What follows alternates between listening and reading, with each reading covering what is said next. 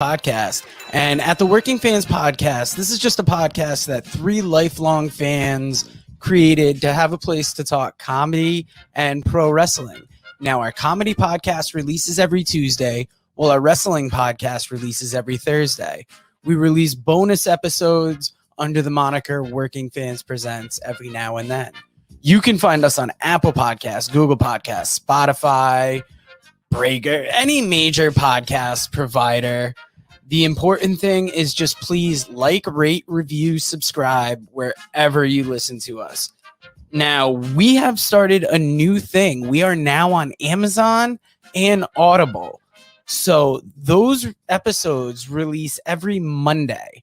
And that's kind of going through the archives and just releasing our old episodes into new areas. So if you want to live through the process with us again, take that journey with us again, you can find us over on Amazon and Audible.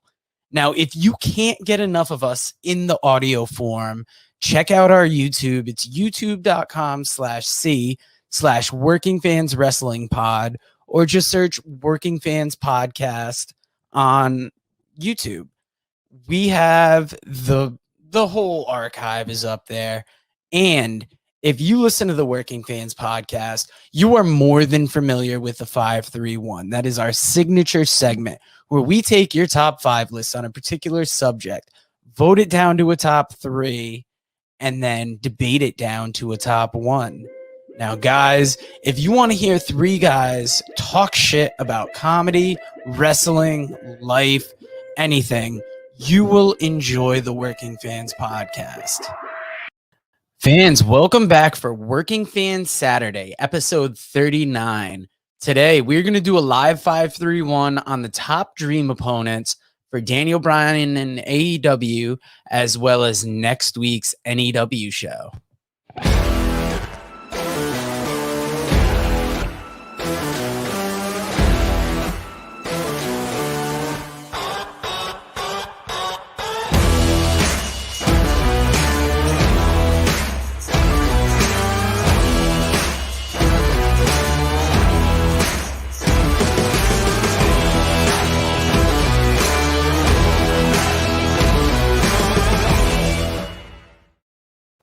Guys, it's Saturday. You know what that means. We are coming at you an hour earlier because my mistake. I thought this week was the big NEW show in Poughkeepsie, New York, but it is next Saturday, and our very own AJ Strangebrew and the man they call Dave will be in attendance. Guys, how excited are you for this show? AJ, I'm extremely excited. I can't wait.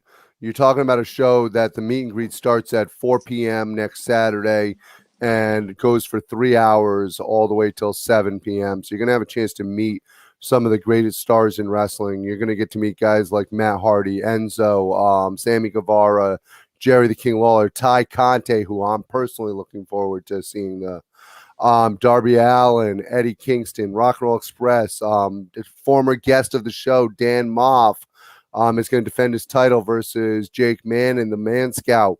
We've got Private Party. We've got Wrecking Ball Legursky. And finally, Dave is going to get his chance to be held like a baby by the Big Show, Paul White, as he rocks him to sleep. I'm just going to give AJ a ride. That's all. Here's a big news, though. Dave, I don't know if you've got your ticket or not yet. If you go online right now to WrestleFest25.com. I thought you had my ticket. Yeah, what? they actually are going to purchase. If you purchase a ticket, they're throwing in a free autograph of your choice, Ty Conte, Eddie Kingston, or Jerry Lawler for anybody buying a ticket now. No AJ Strangebrew? No, I will throw in an autograph also, but that has nothing to do with WrestleFest. All right, I will maybe do that, and I'll take my Jerry Lawler autograph too, just in case anyone was wondering. I thought for sure Ty Conte. No, I'm not some pervert. That is not true.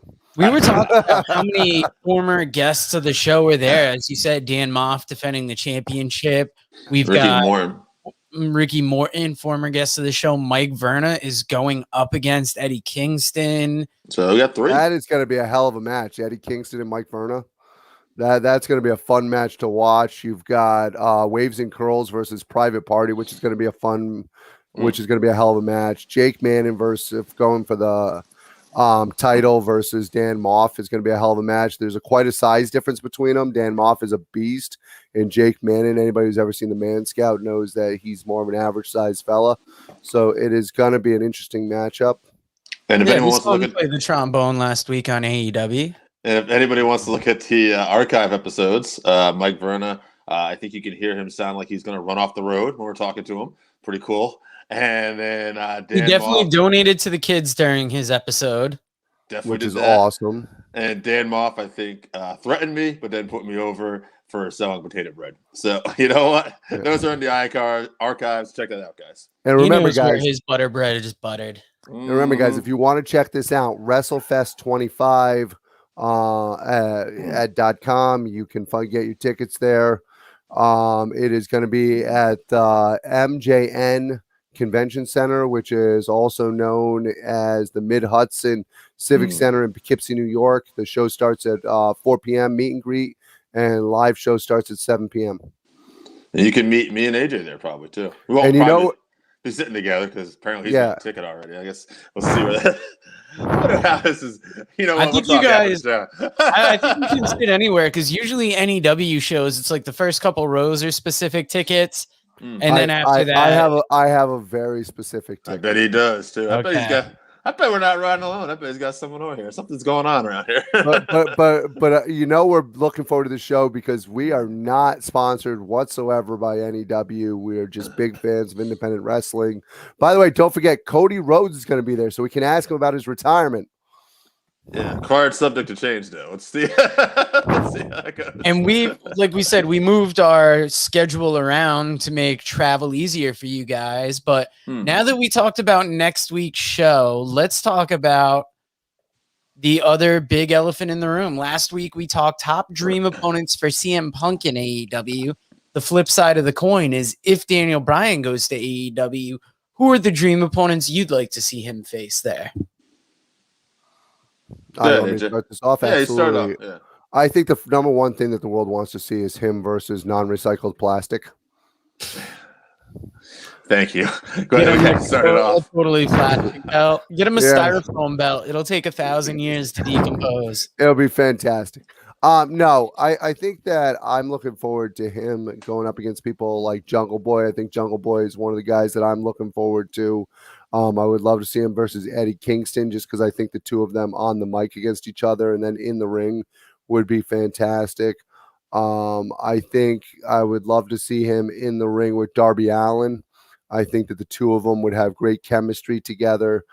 I believe a lot of people are going to say CM Punk, which is obviously a dream match to have the two of them reignite their feud after almost 20 years. And then my final opponent, this is someone who I think that he would have great chemistry with and would work really well. And I know he's a bit of an underdog, but Kenny Omega.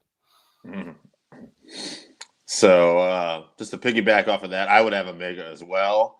I'm not going to do the CM Punk thing just because we've seen the match before in WWE and Ring of Honor. I think they'd be great, but just thinking, and I know he's wrestled a few matches with Omega here and there. I'm not saying that, but I think I just think that they would take the restraints off of them in AEW, so it would be a completely different match than what we saw last time in the WWE. Oh, sure. Yeah, I think they'd both feel like they have something to prove. Yeah. So the match would be that much more. Plus, exciting. I think it would be one of those holy shit moments. So yeah, I mean, I'm not saying it's not going to make money. No, it's fine, Dave. You don't like the piss on it. Piss on that. I got Kenny Omega. I got Hangman Page. The guy is he's still the hottest commodity right now, I think. Straight fire. Yeah. I'm going to agree with you with Darby Allin. I'm also going to throw an MJF in there because MJF is so good at the heel promos right now. How can we not have him in there? And, man, I'm going to throw a wild card out there just based off of last week what we just saw. I'm going to go Malachi Black. This guy just looks like a star right now. I mean, the fucking 1 foot pin on Cody Rhodes and then lays them out afterwards when it looks like Cody's going to retire. His entrance, his outfit, This guy is just on fucking point. I know we're going to talk about him after, and we're going to talk about AEW after, so I'm not going to go too into deep to it, but you can't get somebody more over than what they did with Malachi Black this week. I thought that was again, I'll just say this real quick. I thought that was I don't want to say saved the show, but I thought they were having they've had so many hot shows recently. It was a decent show until then. I thought, we were having a decent average show, and I remember saying to myself, well, they can't all be home runs. This is good. And then I fucking wake up and I see they end up hitting a home run. Okay. I was like, that's a home run. All right, well, guys, I'll give you my list quick, and then we'll jump into talking about AEW. I've got, obviously, MJF at the top of the list. Now, there's a couple names on my list that you're going to have to use your imagination and hope that we get some cross-promotion work. Number 2, I've got Minoru Suzuki. Because I think Daniel Bryan versus Suzuki, if you could get that on either an AEW or a New Japan card, it would be amazing. Daniel Bryan versus Josh Alexander, I think they would have match of the year if they got together. And then I finished out my list. Goes on fire. Kenny Omega and CM Punk. And just like what AJ said, I think that him and Punk, even though it's happened a couple times already, they're both coming into this organization new. They both, I feel like they have something to prove. And it's not something you do right away, but when it happens, it's going to have such significance that I think it's going to be one of his more anticipated matches. Now, we're not going to knock it down to a top 3 and a top 1, because like you guys said, AEW was so exciting this week. Let's get into talking about it, because I was gonna no way Cody can retire, right? Yeah, it would have been. First off, Kenny Omega was number 1. So anyway, number 2, MJF. Number 3, CM Punk. Or first, it would have been fine. You can reverse that. Hangman, you could have thrown him in. Anyway, tell us what we're gonna do. AEW was, like I said, I thought was kind of was an okay show up until the end. I will say we built more heat on Hangman Page, which to me says, okay, that match is coming. Oh, a miss. I will tell you a miss. This wasn't even AEW, and it's one of my all-time favorites. A guy I've put over recently a lot. Oh, Master. Yeah, you love his rrimes. I do love him. I do love that. That's not the point. Christian with the thank you for being a friend. The Golden Girls thing. AJ, did you not see this? Were you fast forwarding? How is that a miss? Nobody gave a shit. It was like silence. It sounded like you could hear a pig fart. Are you fucking kidding me? Wasn't silent in my house. I'm sure it wasn't. Golden Girls over here. I just thought it was weird. I was like, wow. I was like, Christian, what are you doing, buddy? But I just assumed they brought him to the parking lot. Nobody could hear him. But anyway, what we were talking about earlier, the big thing of the show was obviously Malachi Black, the fucking outfit, even the little change in he has like the almost the MMA shorts now instead of the trunks, the little kickboxer thing going on there. Guy was a Dutch kickboxer, for those who don't know. I love his in-ring style. I thought it was different than anything we saw him do in WWE, and he felt like a fresh character. All right, so we see people all the time try to mix kicks in and try to be looking like they actually have these great kicks, Ali. But we how does he not get fired? We'll talk about that later. they don't always connect the way that you would want them to. So I've got to give kudos to 2 people. 3. Malachi Black, because that kick was fucking awesome. Cody Rhodes, because he took it like a champ. Yep. And frickin' the cameraman who actually knew the right angle to be at to take that kick. I'm going to throw one more at you. Jim Ross, who does not know the endings of match. He tells you all the time he doesn't want to know the endings. And it was so great because of the way he sold it. You could tell he legit did not know he was going to get pinned like that. So when Malachi Black put a foot on the ropes or put his foot on Cody's chest, you could hear Jim go, well, obviously that's not going to get it done. And then Jim marks out louder than anybody because he can't believe what's going on. So the whole thing was just so well done. And you can't do more to put somebody over. That's if you wanted Malachi Black to be a beast, and then Cody's doing his retirement, about to put the boots in the ring, and Malachi jumps him again with a chair. Yes. That's you can't do more than this. The only thing is they're trying to get him to be a heel, and I don't know if it's working because he is getting some babyface pops. They love him. He's getting over. Well, they got him attacking the wrong person. Cody can be very John Cena-esque in the sense that sometimes people are going to cheer him and sometimes people aren't, because he comes across as smug and comes across as almost heel-like. Mm-hmm. And Malachi Black is freaking getting over and over and over. I don't want to see him, stop the push of Hangman Page, but that's a guy that he would have been able to get a lot more heat if he had done this stuff, say, with a Hangman or even a Darby Allin, maybe. Absolutely. Yeah. And how do you guys feel about Christian getting that title opportunity? I think it's fine. I don't think Christian's connected like I hoped he would. I think he's going to have to go heel in AEW, but he should. That's what he is. I think it's fine for that Chicago, that Rampage. They're going to be at the United Center because obviously we all know and we're all believing CM Punk is going to be there. Yeah. But without actually announcing that, I think that would be a good spot to put the Christian Cage Omega match. It'd be a nice little stop, and then maybe we can get back on track for All Out with Hangman. Edge and Christian on the ENC podcast and on their shows have always talked about the fact that Christian is a natural heel. It's who he is. And it's just not comfortable. Christian is never connected as a babyface. If you look at his whole career, his biggest flops have been when they try to connect him with the crowd as a babyface. He looks uncomfortable. He doesn't look happy to be there. And they need, although I got to tell you, when you show some of his personality like you did on BTE this week, with him actually, they're talking to him and they're saying stuff to him, and he's got his headphones in and he's sleeping. He does good when he does that smart ass, like, what the hell's going on thing. But he's not a freaking babyface. He never will be. We've been talking about AEW, and I had to say this. AJ, you kind of you're talking about the kicks, and we mentioned Xia Li and how I joked, and it just hit me. Like, I joked, oh, how did she not get fired? And then I realized the girl she knocked out got fired. Like, what the fuck happened there? Mercedes Martinez. We fired her? What the fuck? She didn't take the kick right. I guess so. She's only a veteran, been on TV. And speaking of that, Alex Zane has a lot more time to check his DMs now because a small chunk of wrestlers got released from NXT yesterday. Bronson Reed. That was the big Bobby shocker. Fish, Jake Atlas, Bobby Fish, I was not surprised by. His age. His age, and I'm going to be honest with you, when I saw the match this week, there was something in my gut saying, Bobby Fish isn't long for this.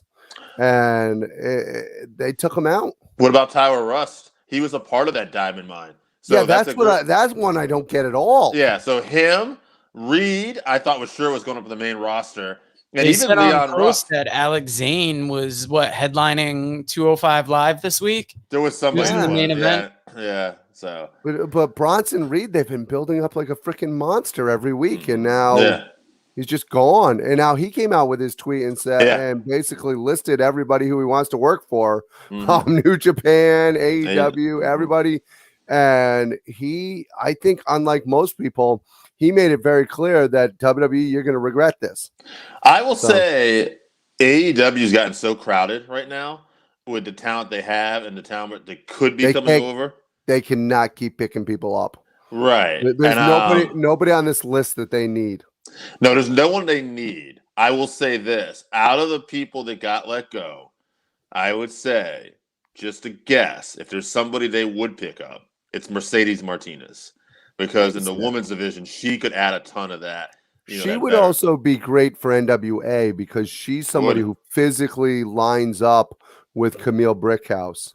Yeah. So that's actually something that I would like to see. That was a great visual, by the way. The visual with Camille and freaking Layla Hurst. I love that. Yeah. Oh my God. Well, the thing is, we all know that Layla Hurst is legit. Shit. So yeah, so it's a little bit different, but wow, just the visual. So let's just do this then. Let's just play just a couple. Let's just do the couple guys that got released here. We'll do Bronson Reed, Ruff, Martinez, and we'll say Fish. Where are they going? What do you think? Let's have some fun with this. I would say pick Jake Atlas over Fish because I think Jake Atlas has more of a chance of ending up somewhere. He's got way more upside. Unfortunately, Bobby Fish's upside is in his rear window. He's most likely just going to head back towards Ring of Honor or something like that and go back to his. He could be a trainer somewhere. Oh, yeah. No. If AEW does pick up Adam Cole, he could actually mix in with a storyline. I'm just saying, they could do something with that. Yeah, but that's still a big what if. That is a big what if. It's very interesting because apparently Adam Cole is actually set to meet with Vince McMahon this week, which honestly I'm shocked by given these releases. I would assume, okay, Cole's gone, but I got to think Hunter must be battling fucking hard for this guy because I got to remember Hunter and Sean both love Adam Cole. True. Vince McMahon though is still going to see that this little skinny guy. Yeah. Or is the WWE getting set to be sold and they're trimming also off what expendabilities they feel like they have? I there's a part of me that still finds it hard to believe that Vince isn't going to pass it on to Stephanie, Hunter, and Shane. Yeah, I don't know. You would like to think, but I think last year selling his stuff to Peacock, that is a step that he previously wouldn't have taken. Like, remember for years, his goal was to build his own network, and he bought up all these wrestling territories for those tape libraries, and then he sold all that. With the amount of stock that those guys have, with Stephanie, Hunter, and those guys, he could sell off the majority and give it to somebody else, and somebody else could be the majority owner, and he could set it up so that Stephanie and Hunter still have jobs for life. Oh yeah. So I wouldn't be surprised. It's just he's such a freaking egomaniac and such a. Who's to say he wouldn't go on and do his own thing if he wanted to? You could see Vince doing something else too. I don't know. He might also be at a point where he just still doesn't really believe he's going to die someday. I believe that. I'm not shocked by that at all. Yeah. There are people say Vince is still working out like 2-4 hours, like in the middle of the night. Like it's insane, And so you don't know. I mean, his face is definitely aged, but what about? All right, so let's just get back to this for a little bit. Then, what about Bronson Reed? Where do you see him going? Possibly. Is he in AEW or is he New Japan? I think he's New Japan. He'd be great in New Japan, I think. I think that's the place for him. It doesn't mean he can't go to one of those other ones, but where do you? I don't see where you put him in AEW. What's his name? He's not a big enough name to. You see what he does is he shows up in Impact. He's a upper mid card guy there, and then his chance in AEW is when the Impact talent shows up on AEW TV. That's where I think I'm not going to say the best place for all these guys to go because obviously the best place is probably AEW or New Japan. But with the heavy AEW roster right now, I think Impact is probably the best place to. Yeah, you might Ring of Honor might get a few guys. I mean, Ring of Honor, NWA. Oh God, I mean, I would love to see Bronson Reed or somebody like that in MLW. I'd love to see MLW get some talent out of this. I think Alex Zane, Leon Ruff, they're more likely going to end up in that MLW. See, that's where I see Tyler going to. Okay, yeah. Leo Rush, I see. Leon Ruff. Leon Ruff that's what I meant. It was just a slip of the. Leon Ruff, I see. I don't know, working somewhere maybe Wendy's. Get the fuck out of here, bro. This guy was having that feud with Isaiah Swerve Scott. It was only like a month or two ago. And it popped off Scott's career. Yeah, I thought it was gonna pop off Ruff's, but when you think about it. He was just getting big and evolved before this. He was part of AR Fox's Skulk. He wasn't huge, so I think his time in NXT gave him the biggest spotlight he's had, but he's going to run the indies. He's got to get his name back up. And then if I were him, I would show up in like an MLW or an Impact, make your name there, and then hopefully AEW will get it. I would try eating more often.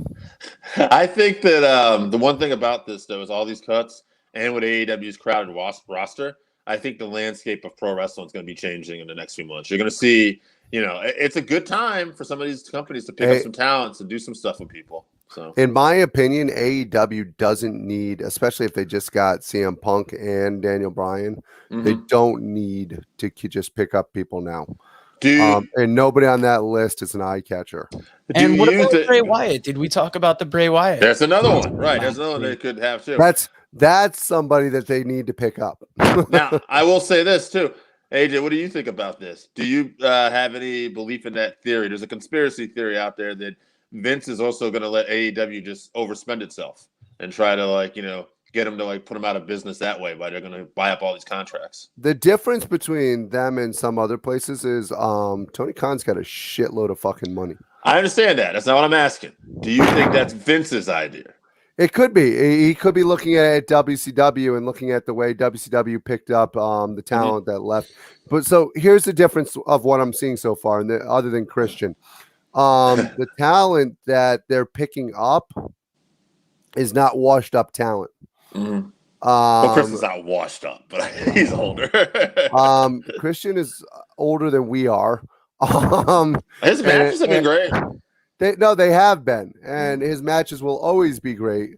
But Christian has always been the partner of Edge, and I love Christian. I do. If anything, I might prefer his style over Edge's because I love that technical wrestling, and he literally can work with anyone. But he's not a game changer. Bray Wyatt, game changer. Daniel Bryan, game changer. CM Punk, the game changer. Adam Cole could be a game changer too. Adam Cole, game changer. And believe it or not, the biggest mistake that WWE has made, Malachi Black, because that man was already moving up the ranks and was a game changer in the WWE. Yeah. And they just fucked up. They did. And he is doing exactly what he started doing in the WWE right now. And they even gave him a nice little push out the door because people just fucking fucked up and didn't realize his contract. He was in a main event segment. He was getting fucking promoted finally after being off, and then here we go. And AEW is literally continuing basically the booking that the WWE was doing with him, and just taking it up a notch. And that is genius to actually let somebody do what you saw was working. That's a lot of times we have to put our stamp on things and go, no. You're going to come in here and we've got an idea for you. Fuck that. The idea was working. Yeah. They're taking the idea and they're running with it. And it sounds like it's mostly Black's idea too. He did some videos and stuff before this, kind of continuing it, and they're probably letting him do most of his creative, and they're probably just adding advice here and there. And kudos to Cody Rhodes, because being an EVP and being in charge, he doesn't have to do what they're doing with him and Black. So they are literally allowing this to happen. Absolutely. Zach St. John in the house, baby. Yes, I couldn't agree more. We were just saying, comes off like a huge star. Made the show for me this week personally. And on Cody, on that note too, I don't think Cody's retiring, but I do think he's taking some time off. Probably with the baby. And I think he's got another season of Big Show 2 or whatever that is. Yeah. And I think that what is interesting about that little retirement speech he was given, though, was he kind of alluded to the fact that despite what you hear, we might have our differences. I love the rest of the EVPs. And it kind of makes me wonder, because me and you were talking about this before somewhere, it really feels like there is a difference of philosophy with the EVPs in AEW. You definitely get a feeling that Cody's definitely more that traditionalist, and there's guys like... It seems like somebody's a little more old school, baby. Yeah. Silver tongue. And then you got, the guys that... like the Bucks and Kenny. I feel like. Speaking of game changers, how about a 4 Horsemen reunion? Woo! Right, there's another one. Ric Flair. Isn't that funny? The releases are so deep that we thought about Ric Flair almost a half hour in.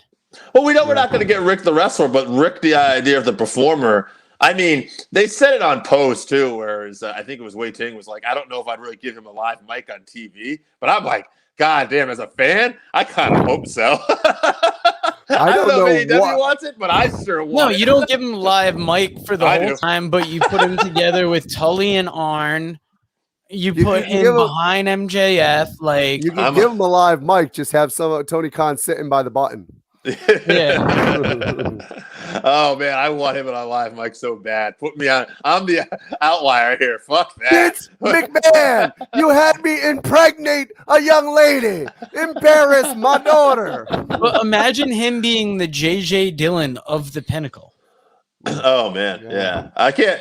It'll be interesting. I think Tony's a big Four Horsemen fan, so I think we could get a Rick Tully and Iron reunion. And I don't know if they'll bring back somebody. I don't know if there's any other Horsemen that could be brought back. I didn't hear Paul Roma? Barry's doing too well. Yeah, We're Paul not Roma's bringing back all Paul right. Roma for the Horsemen. Get out From of the here. heyday, from the heyday of the Horsemen.